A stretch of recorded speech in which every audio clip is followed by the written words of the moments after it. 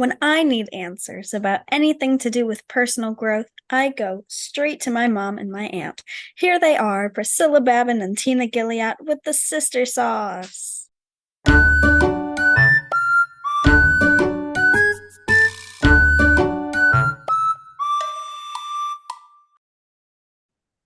Hi, everybody, and welcome to the Sister Sauce. I am here with my gorgeous sister, Priscilla Babin, and my amazing nibbling, Clover Babin. We are so excited to be here with you today and all excited about our topic. So, Clover, did anything happen today that you'd like to share with us? I got nothing. You got nothing. Nothing. I know you got a ring on that I'm finger. kidding. No, folks, she didn't say yes. I got my senior ring today. Yay, congratulations. That's amazing. It's Fancy. beautiful. And you have something today. Yeah. I do. It's only good for today, though. I mean, recording will be released on Sunday, but today is my birthday. Happy birthday. Yes, today is Friday that we are recording, and today is my birthday. So on Sunday, all of you who forgot to wish me happy birthday and are listening to the podcast can go, oh man, I forgot to wish Tina a happy birthday. But it's okay. I'm all right. I'm happy to have birthday wishes all year long. There you go. Spread it out. Any exciting news from you, Priscilla? I'm here. I'm just happy to be here. Well, we are happy you are here. Do you have any hot sauce that you want to share? I do. I'm gonna try and keep it short and simple because I can get really worked up. I can get hot under the collar about stuff if I'm not careful. But I watched an interview on YouTube. It was probably old, but it was new to me, with a guy who wrote a book, and the guy's name is Lee Drutman, and he's like a sociologist, I think. And I'm not sure what else. But he wrote a book called Breaking the Two-Party Doom Loop, and it's about how America's government and the two-party system and voting and everything has just gone downhill over time, in that we went from, what he was saying is, we went from having Republicans and Democrats who all ran a spectrum from very conservative to very liberal, and there was at least some people who were all over that spectrum in both parties, and it has gotten to where it's completely polarized, and neither party is able to completely compromise on anything. And so you have all of the really unpleasant situation whenever it's time to vote in presidential elections or any other elections, really, where it's like the voting for the lesser of two evils. And it was very interesting, his take on everything, and I agreed on everything that he said. And I haven't read the book yet, but I might have to pick that up because it does sound really interesting. And but even he was, his ideas about how to break that doom loop, as he calls it, would take actual effort from a lot of people. So I'm not sure what we can achieve as a nation in that, but it was kind of the reason I was getting really interested in it, and I started watching the interview to begin with was last weekend. We went to the movies a couple of times last week to celebrate Joey's birthday.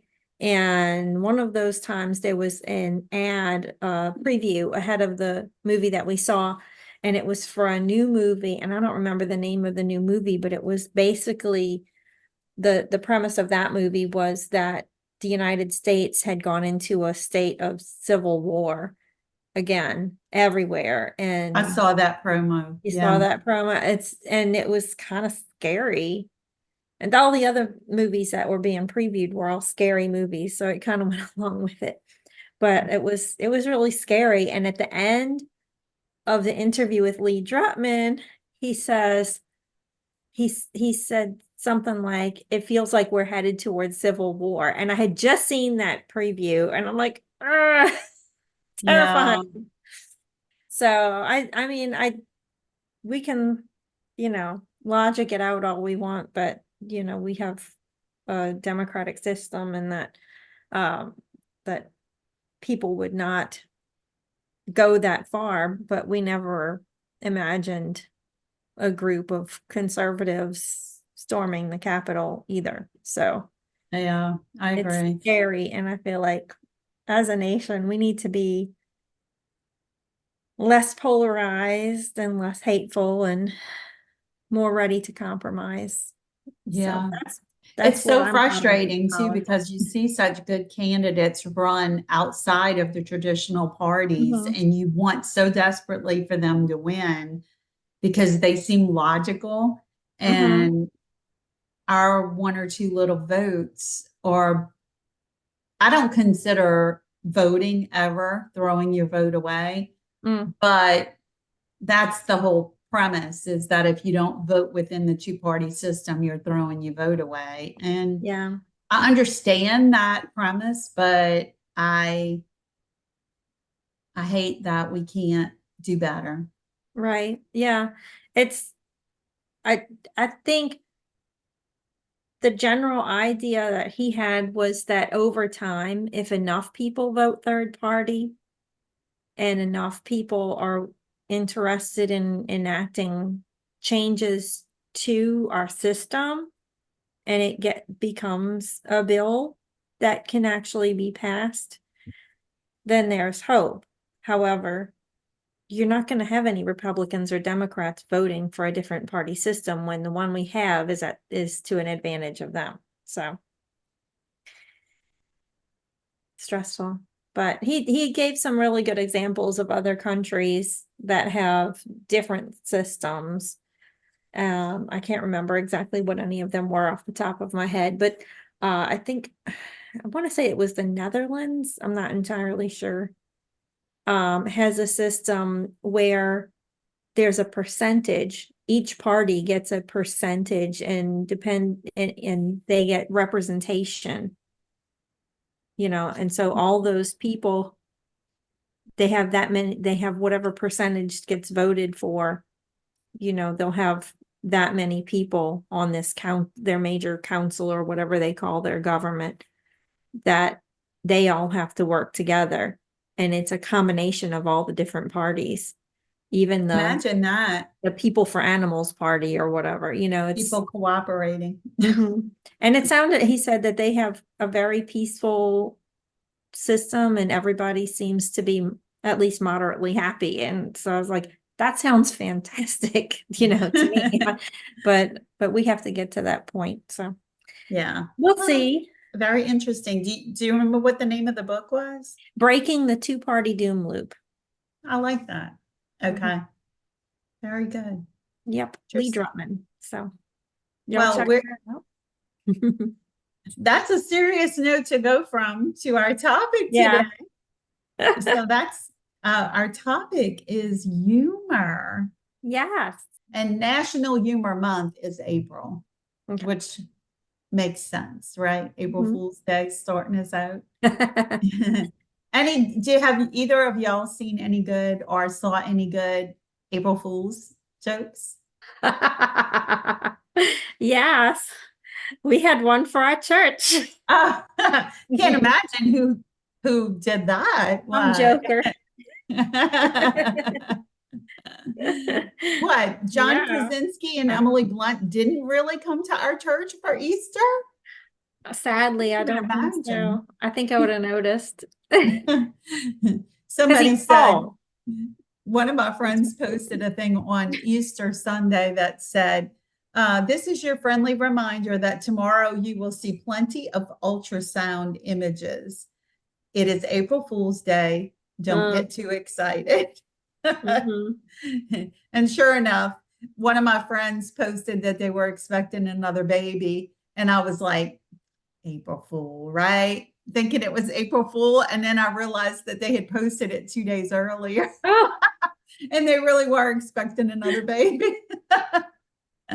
And I said, okay, they really are having another baby. That's kind of cool. I saw one this morning.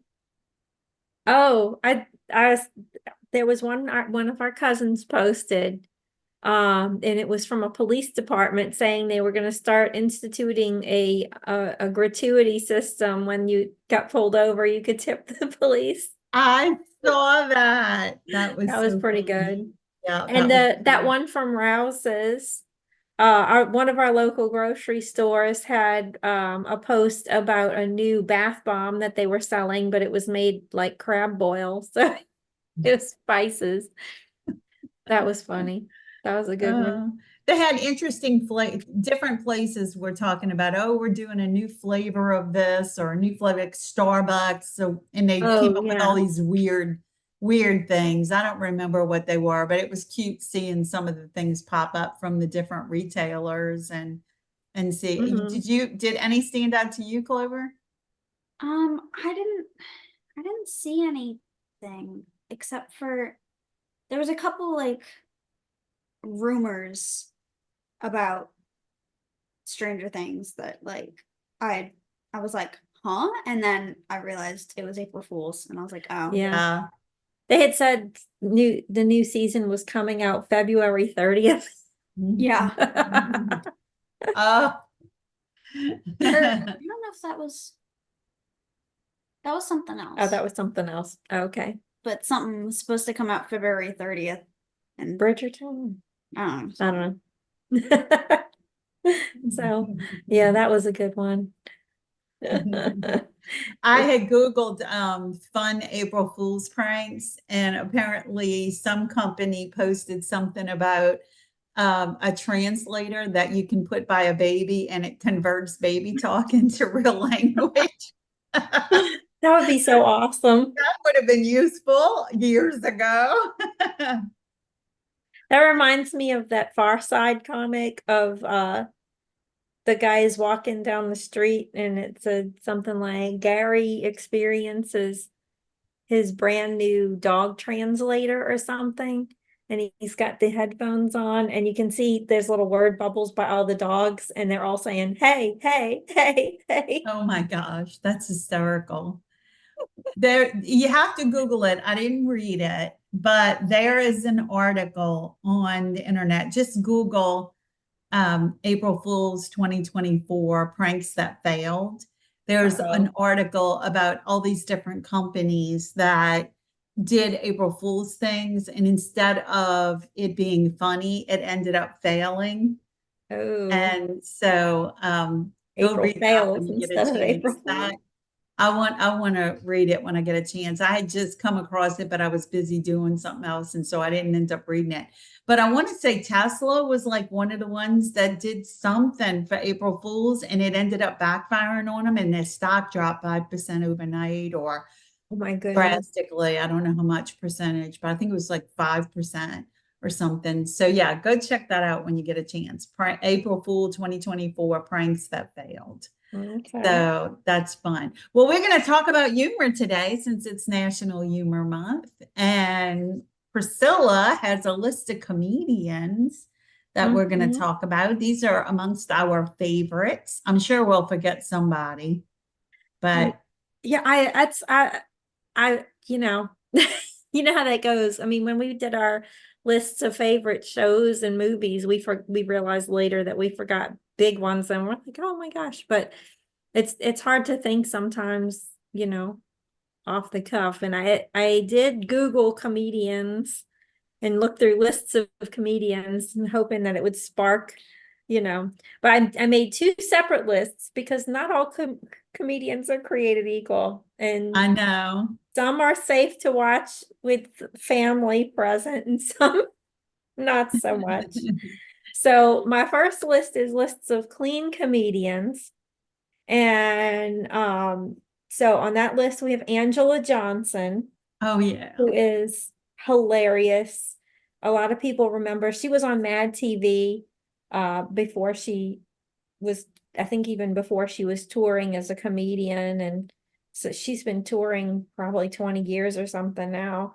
But she's amazing. She was one of her most famous characters on Mad TV was Bon Qui. Oh, yes. And We she were even talking came about out with Bon Qui the other day. yeah, she came out with two short albums of Bon Qui songs, one for Christmas and one regular one. And Oh the my Christmas gosh. one is I my love it. favorite.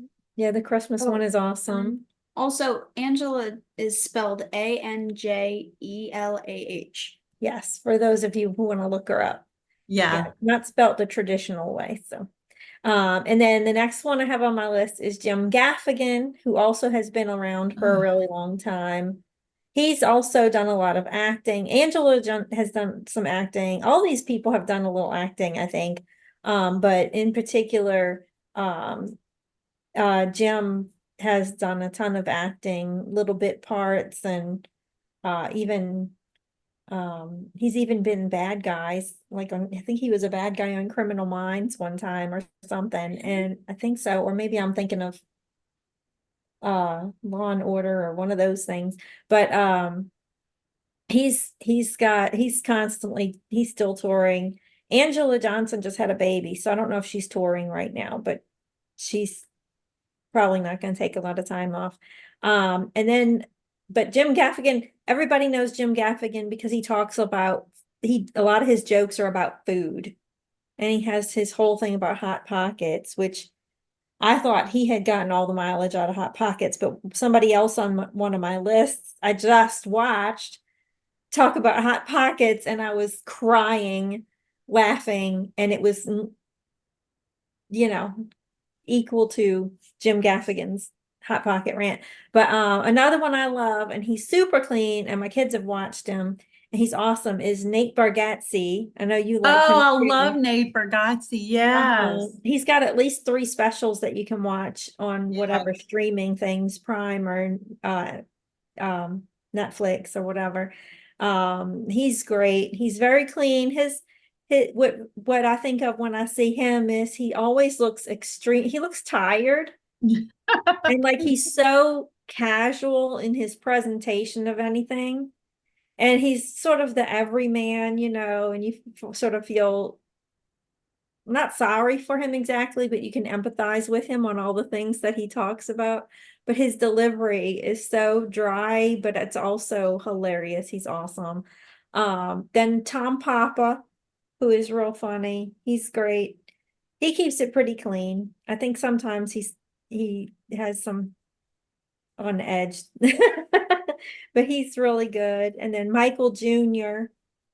is another good one, and Tig Notaro. Oh, I love She's Tig Notaro. she kind of reminds me of Nate Bargatze in the way she delivers a lot of her stuff. It's very like they both are kind of like they're puzzling in their mind as over the story they're telling.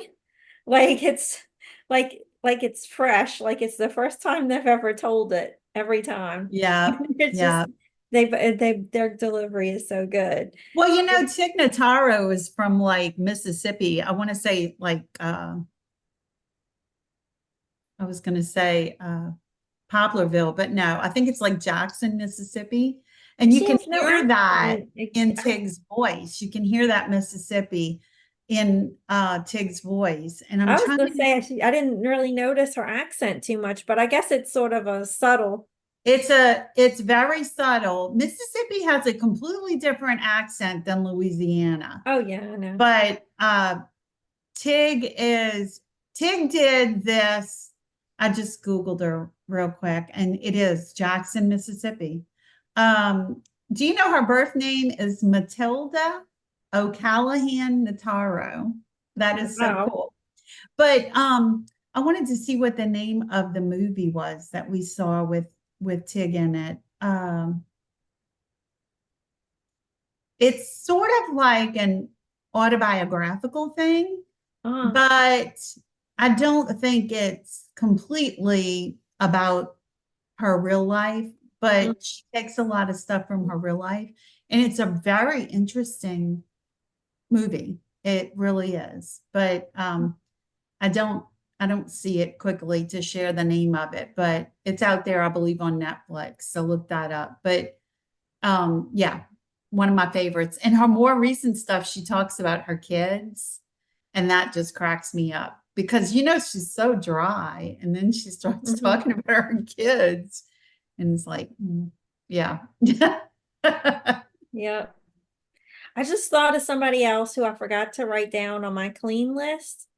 And I don't know that he's always clean, but a lot of his YouTube videos are clean. And now I can't think of his name. Help me out. Who's the piano man? Elton Oh, John. there he is. Daniel Thrasher. Daniel Oh, Thrasher, I don't know if he does stand up, but he's got YouTube videos that are hilarious and he's really funny. He's known because he does a lot of music incorporated with his comedy, and he's yeah. known for being one of many, but a lot of people who do comedy on YouTube, they'll do different little vignettes, different little sketches, and they play all the roles, you know. So he'll be himself, and then he'll be his piano teacher. And that's one Mhm. of my favorite ones. And he's done multiple versions of it where he's his own piano teacher, but he's two different characters. And he's telling himself, okay, Daniel, what have you prepared for me? You were supposed to prepare a short piece, something original. And he always starts playing something very popular, an already very popular song, but in a different style. And his teacher's like, wait, Oh, I've seen you him. know, Yeah. Yeah, yeah, that's a yeah. Taylor Swift song, or whatever. And it's really funny. So Yeah. it's a good one. No matter how hard he tries, it's always something else. Yeah. Uh-huh. Yep. I love him too. Yeah. And I wanted to go back just a second to Tig Notaro. The name, it's not a movie, it's a series based on her life. And it's called One Mississippi. Oh, And there's two seasons. It came out in 2017. And it's on Prime, but it's also on Hulu and several other platforms. Apple TV, I believe. So yeah, okay. check that out. One Mississippi with Tig Notaro. Yeah. Neat. Who else? Then, okay, now we're going to get into the not so clean. And some of these people, I put them on this list, but I had looked up because I was struggling to remember who's clean and who's not. And some of them are kind of on the border. And I wanted to see, and some of these folks were on the clean list. I'm like, they're not clean. I don't know who they're fooling. Some of the, I don't, you start to wonder, anybody can write an article now, I guess. But some of these are not, some of these are less cleaner than others. Does that make any sense grammatically? I don't know. Less But clean. my favorite of all time is Sarah Sarah Millican. Milligan. Yeah. Oh, she's filthy, but I love her. But she's real. I She mean, is real. oh, She's very real love her. and very down to earth, and she's a lot of fun. And somehow she says a lot of naughty words and stuff, but it's doesn't come off offensive. I don't know how she manages it, but It's the accent. You can yeah, say it's whatever you probably want with a the British accent. accent and nobody Yeah. cares. Yeah. And she's a real hoot. And then Gabriel Iglesias, also known as Fluffy. Oh, He's Fluffy. really good. A lot of his stuff is clean, but he doesn't really cuss a lot, but he'll talk about some adult situations in some of his shows. So I had to put him on this list. But he's really funny and he's very entertaining and animated. Um, Josh Johnson, who a lot of people probably don't know who he is because he's kind of an up and comer. But that's the one I was talking about with the Hot Pocket. And a lot of his stuff is squeaky clean, but then he has certain ones you know, where he gets a little, Heated. yeah. So, but Mhm. he's awesome. Like I say, he's kind of on the, he's not as young as I thought he was. No, we He thought he looks, was super young. He's like yeah, in his mid-30s. he's in his mid-30s. He looks like he's a 20-year-old, um, but he's still kind of smaller time. I guess he's becoming pretty popular though. So he's doing well. But check him out because he's got his comedy is very cerebral, wouldn't you say? He's got a usually very slow and deliberate way of delivering his stories. It's He's very mellow. very mellow. He's more of a storyteller. He wasn't mellow the whole time talking about the Hot Pockets though. That's what we were just watching. I was dying. Okay, so he's like mellow most of the time, and when it gets to like something that's crazy, he'll like go for it. Yeah. And so it's just out of nowhere and it's really funny. Yes. And So what's his name again? Josh Johnson. And he's Oh, mostly okay. on YouTube. I don't think he has any like official shows. I mean, he's touring, but I don't think he's like on I don't know if Netflix he's or had anything. anything filmed, in other words, right? Yeah. Yeah, but probably go on YouTube and search for Josh Johnson Hot Pockets and you'll just die laughing. Another one who is a real intelligent comedian, like his stuff is kind of deep sometimes and it really makes you think. And he's extremely talented musically and like writing lyrics and stuff like that is Bo Burnham. And he's one of those ones that's under the surface but very successful. He's written a lot. He's written a lot for shows and movies or whatever, you know, he's done a lot of writing, comedy writing and music writing for stuff. And he's a genius. He is, if you watch him long enough.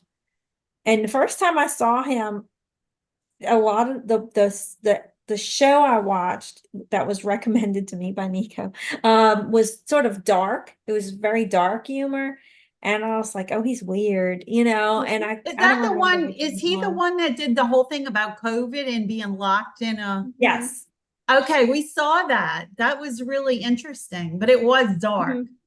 It wasn't dark. It was, what's the word? I can't think of the word. Depressing. Well, it had a little depressing flavor on it, but quirky,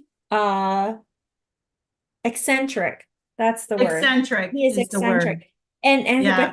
he is definitely a genius and it just he amazes me. And sometimes, you know, I watch some of his things or I hear him and I think there's got to be some great stuff that's going to come from this guy. He's just excellent. Yeah. When you said musically talented, I immediately thought of him. Mhm. Yeah. Yeah. Another one who's real funny and she's more sassy and saucy is Ali Wong. She's really funny. She's mostly busy acting now, but she used to do more stand-up and she's really funny. So there's a lot of her stuff out there. Another one who does stand-up, she has done some acting too, but her stand-up and she's super smart and like smart, not just in the way of intelligence, but in like intuitive, like in terms of like how people, you know, what makes people tick and stuff and I don't want to say social justice, but you know, just knowing what's right and what's wrong and how to treat people. And she Mhm. incorporates a lot of very deep ideas into her comedy is Eliza Schlesinger. And she yells and cusses a lot. So you have to be, she's intense. So you have to be in the right mood, but she's really, really funny too. And she's real smart. So I always, when I watch her shows, I laugh, but I also think a lot. So I appreciate that about her. And a lady who I she cracks me up mostly because she talks about being more grown up like us is Kathleen Madigan. She's real funny. love her. And then one of the last two on my list is another one of our favorites, John Mulaney. And Oh, he's had his yeah. ups and downs. He's had Yeah. his issues, but it can't be disputed that he is a very, very Super funny guy. talented. Yeah. Yeah, super talented. And his most recent tour, he talked about his downs being, he had a drug problem and he went to rehab, and the whole show, his Well, first show That's not since his most recent tour, but the most recent show on Netflix. the most recent show on Netflix, the most recent one I saw, because he's got another stuff, another set that he's been doing, but it was so self-deprecating, and he obviously knows, he sees himself, and he knows, what has occurred in his life and where he's gone wrong, and he's trying to do better, and so I have high hopes for him. I hope he stays well and everything. And then there's one, I have not seen any of his stuff, but this is a recommendation from Renee and Clover, right? Is And Nico, actually, and too. Nico, James Acaster. He's another British comedian, right? So he's good. He was actually in that most recent Ghostbusters movie that we went to see. Oh, And wow. he's a pretty good little actor too. So he was good. And I'm just gonna throw out there, these are just current and recent people. But I think you saw it. I sent you a clip this morning of Kristen Wiig, who is an actress, but she's famous for being on Saturday Night Live, and she was I guess in a show recently with Carol Burnett, and it was them being interviewed. And it reminded me, I said, oh, can't talk about comedians without mentioning Carol Burnett. Oh, But there have man. been so many, Well, Robin and just the Williams Carol and Burnett show with Harvey Korman and Mhm, Tim Conway. And Carol Burnett talks about how they cracked her up. They just were so funny. And mhm, if you've ever watched outtakes from her show, it will just destroy you because she couldn't hold it together because they were so funny. I love Yeah. watching outtakes from shows that we love, especially like The Office, because Steve Carell is so funny, and when he would do something, he would crack everybody else up. And John Krasinski, for one, couldn't keep it yeah. together if Steve Carell did something. But I love that because you see, especially on shows that you love, like comet or sitcoms or whatever that you love, to Mhm, see the outtakes because you get a little bit of a sense of what the real person is like. And mhm, I enjoy that part of it. mhm. And watching other people laugh is almost as funny as watching something else that makes us laugh. Yes, exactly. I mean, it's why some people on YouTube are popular, or TikTok are popular, just because look at the lady that did, I forget what her name is, but the one that did with the mask, the Chewbacca mask, and she kept Uh-huh. laughing. She became famous because of her laugh. Hmm. Everybody loved her laugh so much. So yeah, love it. Love it. We can't talk about laughs unless we talk about that old interview with Justin Bieber. You'll have to tell us about it. Um, What? it I don't know. It got turned into a vine. Oh, Um, it was He uh he heard somebody else laughing, right? yeah, it was the interviewer, and she was going like, she was laughing, and he was like, I like that laugh. Like that. Sometimes we laugh at stupid stuff. yeah, yeah, yeah.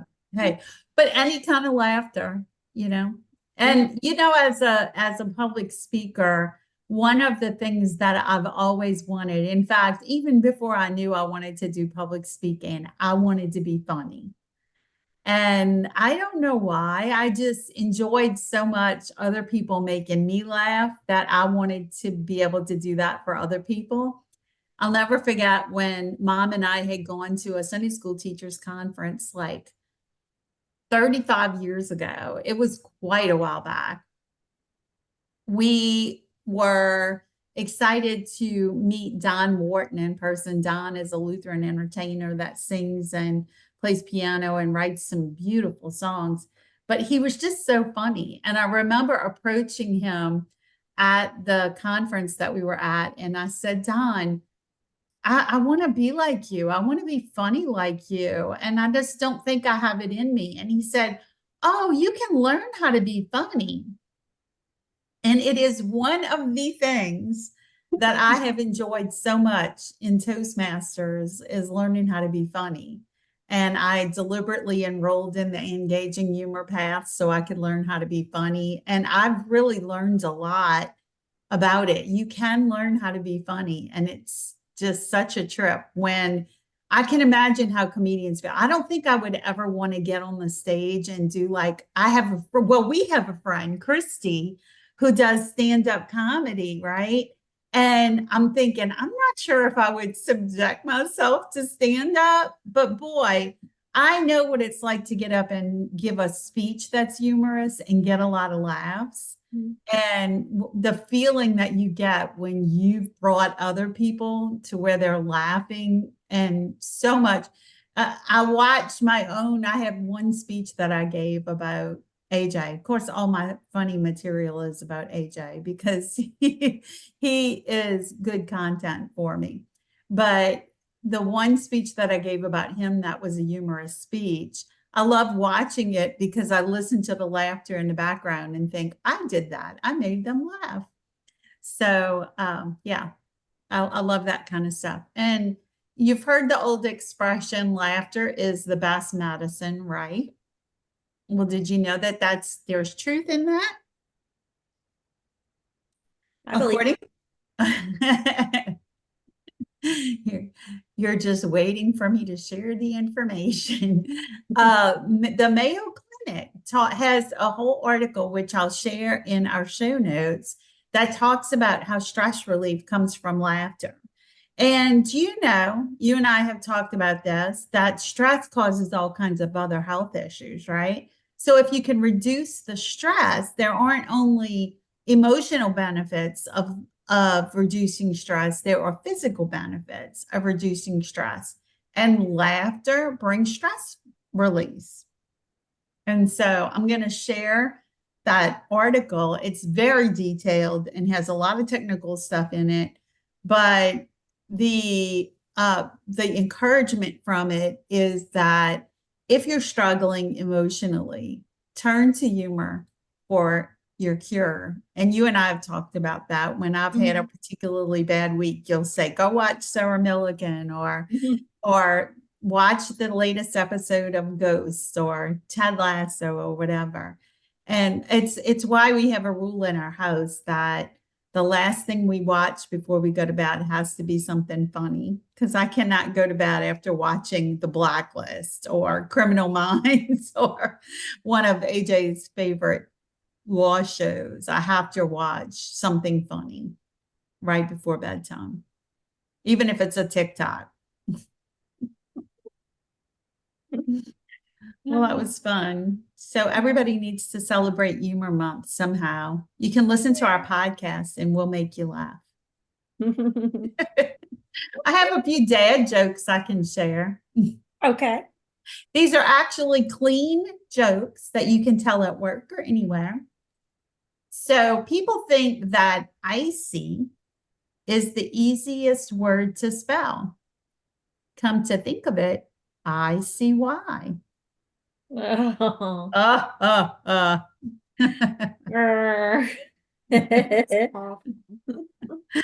And my teachers told me I never amount to much because I procrastinate so much.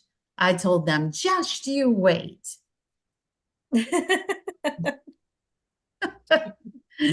Comment. Okay. This is for my graphic artist friends. Comic Sans walks into a bar. You know what Comic Sans is? The font, right? Comic Sans walks into a bar. The bartender says, "Sorry, we don't serve your type here."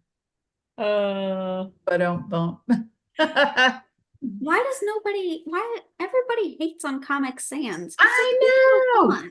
Seriously, Glover, I'm with you. It was one of my favorite fonts for the longest time, and then everybody kept dissing it. We'll have to ask some graphic artists. I saw a really funny cartoon about Comic Sans, and I sent it to one of my friends who's a graphic artist. But I was internally thinking, I'm going to share this with her because I know she'll find it hysterical. But seriously, why are y'all so mean to Comic Sans? Garamond is overused. Who's with me? I mean, I use Calibri, which I called Calibri for the longest time. And then somebody told me it was really Calibri. I've yet to look it up to verify that. So now I say Calibri. For all I know, it really is Calibri. But anyway, I just sans serif fonts. I like sans serif fonts. I find them easier to read. And since I've had a lot of eye trouble, you know. What were you saying, Clover? My favorite font is Montserrat. It's like a line. That's a nice one. I like that one. And I love brush script, but not everybody can read script anymore since they don't teach it in all the schools. So I hesitate to use it on things that I'm worried, about. I enjoy Zaft Dingbats. Oh, Zaft Chancery is a really great font too. I haven't used that in a long time. I might have to use Wingdings. Wingdings. Yeah. Okay. How does NASA organize a party? They get a space. Oh, that's a good answer, but it's actually they plan it. Where do they have it? At the space bar? Oh, that was good. It kind of ties back to our font joke. Okay. All right. I'll give you one more. One more. This is all I can handle of these dad jokes. What do Alexander the Great and Winnie the Pooh have in common? Neither wear pants. They have the same middle name. Get it? Alexander the Great and Winnie the Pooh. Okay, that's all you're getting from me. I'll share the link in the show notes.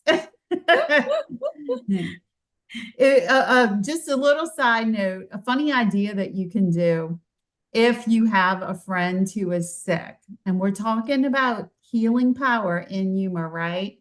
We actually had a little boy at our church one time that was very sick, and I don't know that they ever figured out what was wrong with this child, but he eventually started getting better. They basically treated the symptoms without knowing the cause. And he eventually got better. I saw him last year and was shocked at how grown up he is now. But anyway, this was when he was about 8 or 10 years old. And so we were all so worried about him and upset for him. And he was so scared being a little kid, right? And he was in the hospital for a long time. So we went around, I printed out a bunch of clean jokes on little slips of paper and put them on the table at church. And people took 2 or 3 of the jokes and I filmed them reading the jokes. And they would all say, "Hey, Alex, why is no one friends with Dracula?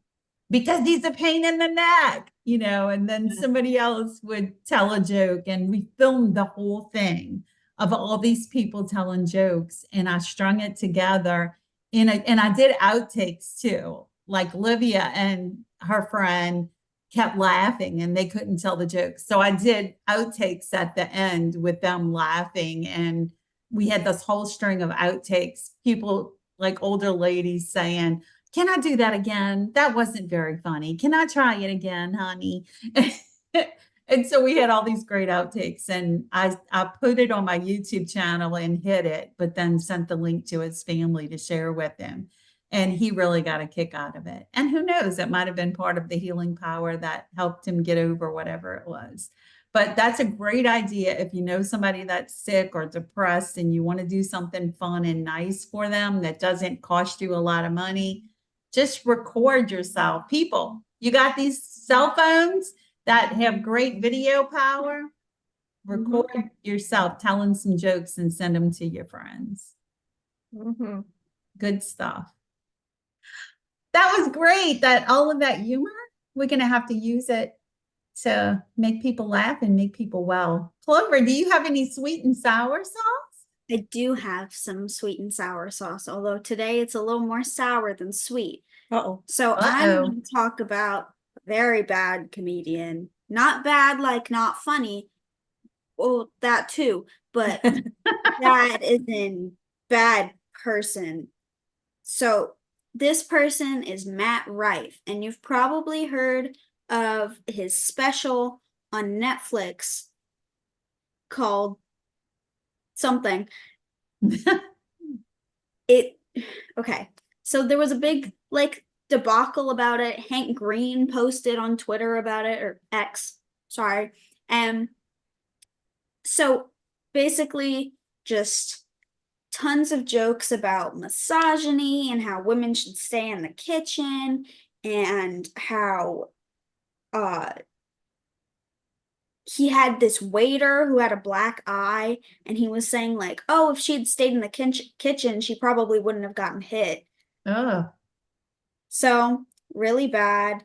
And yeah, he's just an overall not great person, and people still watch him and find him funny just because he's cute. And he's not, well, I guess for some people, but if somebody is that bad of a person and your excuse for thinking they're funny is that they're cute or attractive, need to change your standards. Exactly. Thank you.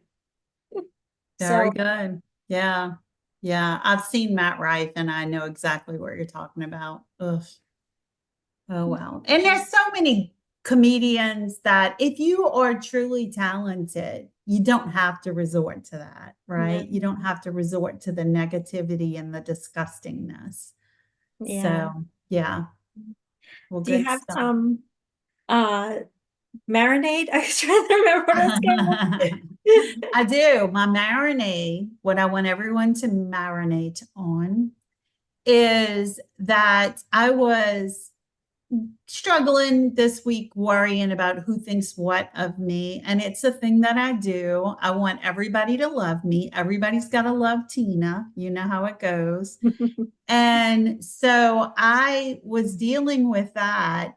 And I plugged my phone in and turned on my Bible app. And I am, as you know, doing a Bible plan that's 365 days, and it's Rick Warren. And it's just like little food for thought every day, like marinade. And he gives some scriptural references, but it's really deep stuff and it gets you thinking. But here I was having a particularly bad day and thinking, I don't understand what I ever did to deserve this. Why don't they love me? Right. And then I plug in the phone and Rick Warren's words are, don't worry about what other people think about you. Worry about what God thinks about you. That's the only one that matters. And I was like, okay, Rick Warren, I heard you. And I know that was like God going, bing, flicking me in the head, and saying, knock it off, girlfriend. I love you. That's all that's important. Yep. Amen. So that's it in a nutshell. It's all about just love yourself and know that God loves you. And if you're doing everything you can to be pleasing to God, then you have nothing to worry about. Can I get an amen? Amen. Amen. You got a sung amen. Awesome. Well, this has been fun. I love humor. Yeah, this is good. I don't know what we're talking about next week. Do you? No, I don't, but I'm sure it will be something incredibly good. Yes. I don't know if we're ready for Earth Day yet. I think we've got another week in between, but Yes, I think we do. yeah. So, but I'm really getting psyched up. I've already started saving stuff. I'm ready. Me too. We'll I'm see what we got excited. next All time. right. Well, we'll see everybody next week. Thank you to Clover for being here today. It's exciting. Congratulations on Ring Day again. All good stuff. And we'll see you guys next week. But until then, make yourself a priority. And take care of you. Bye, Bye. everybody.